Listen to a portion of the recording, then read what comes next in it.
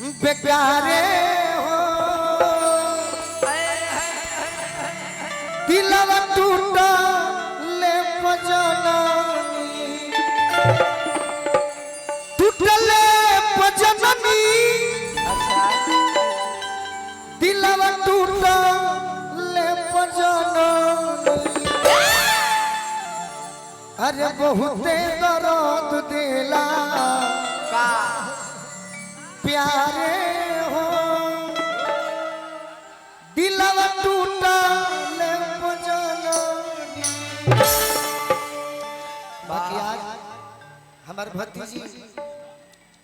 आध्या के जन्मदिन बा। हां जी एगो पहले सोहर हो जाओ सही बात ओकरा बाद सुना आओ लोग दुनिया सिमरन और पूजा नो ज्योति और सिमरन एगो सोहर सुना दी माई वहीं जुटल वालो तनी मॉनिटर में आवाज कम रहे बाकी साफ बोले। हां हां दीपक साउंड भगवानपुर मनीलाल जी फिर हम होता भैया लेवल कमे रहे मगर फ्रेश सुनाए माइनरे हो तनी मनी दोस्त पीछे हो देखो भोजपुरी के सोहर कैसन एक जानी कहत तारी के सखी बताओ तोर लइका भइल है हां चाहे लइकी भइल हिया हां जी तो कौन कौन उपाय कैलू है बोलो बोलो तो लइकी बतावत है का बतावती अरे कि कौन मास बाबा मो पिया हो कइले अरे कौन मास विदा कइले हो चापुर ए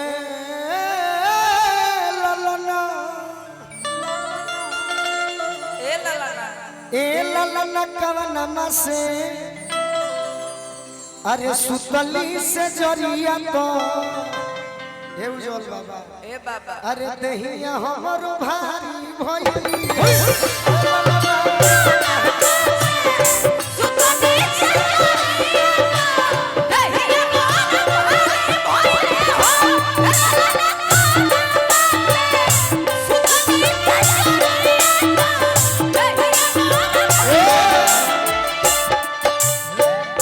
कौन मास बाबा मोर पिया हो कइले कौन मास विदा कइले हो कौन बात बाबा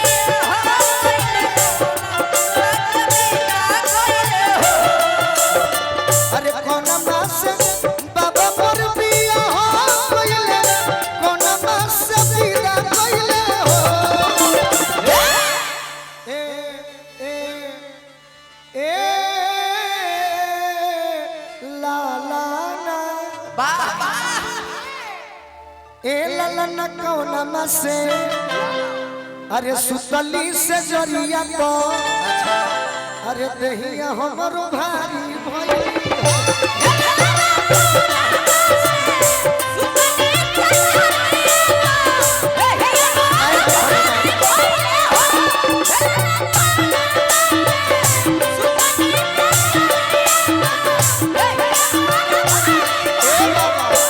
एको हिंदी का मरलो तो गबड़ा जाए सोहर होता तो सोहरे से मारो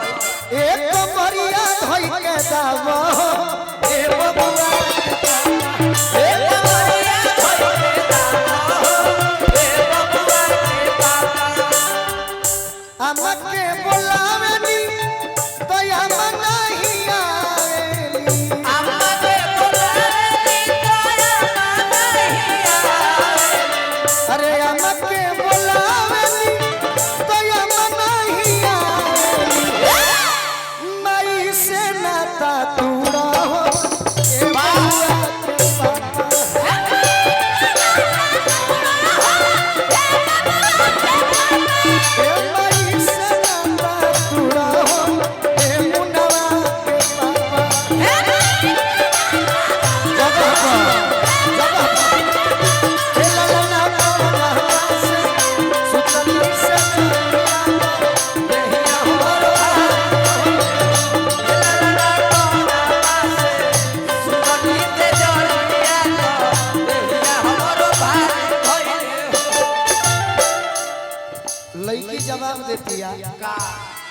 कि सुनो हम कौना मास से सब काम कोई लेबे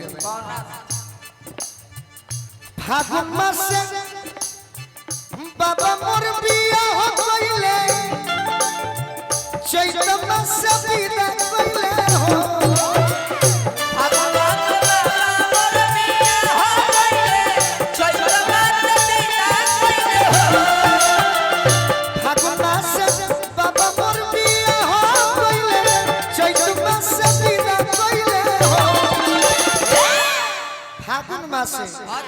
बाबा मोर बियाह कइले चैत मासे विदा कइले हो ए ललन सावन मासे अरे सुतली से जरिया तो देहिया हमरो भारी भई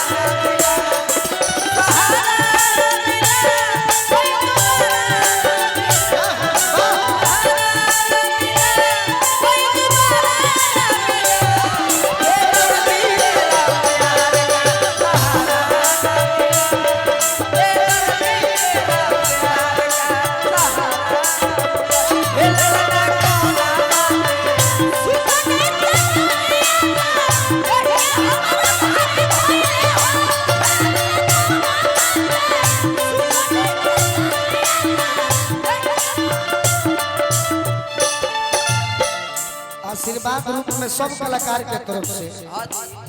हम ये कहबे आधे खाती बनवानियो नबुनी पातर सुतवरिया नियन झुरहुर हो बनवानियो नबुनी पातर सुतवरिया अरे बनवानियो नबुनी पातर सुतवरिया बनवा नियन बबुनी पातर सुपड़िया नियन झुरहुर न हो ए ललन फूलावा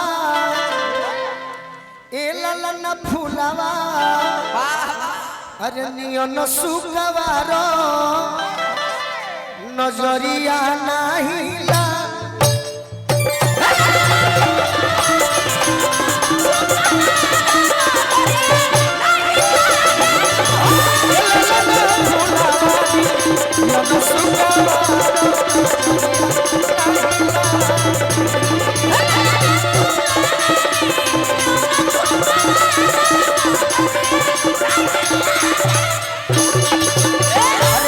बाबा मोर बिया हो गइले कौना मास विदा कइले हो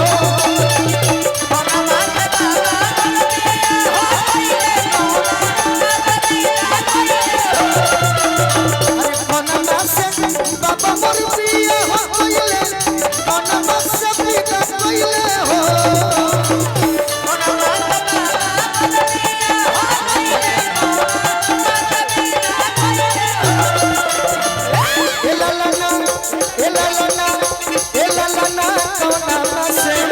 सुतली से जरिया तो देहिया हमरो भारी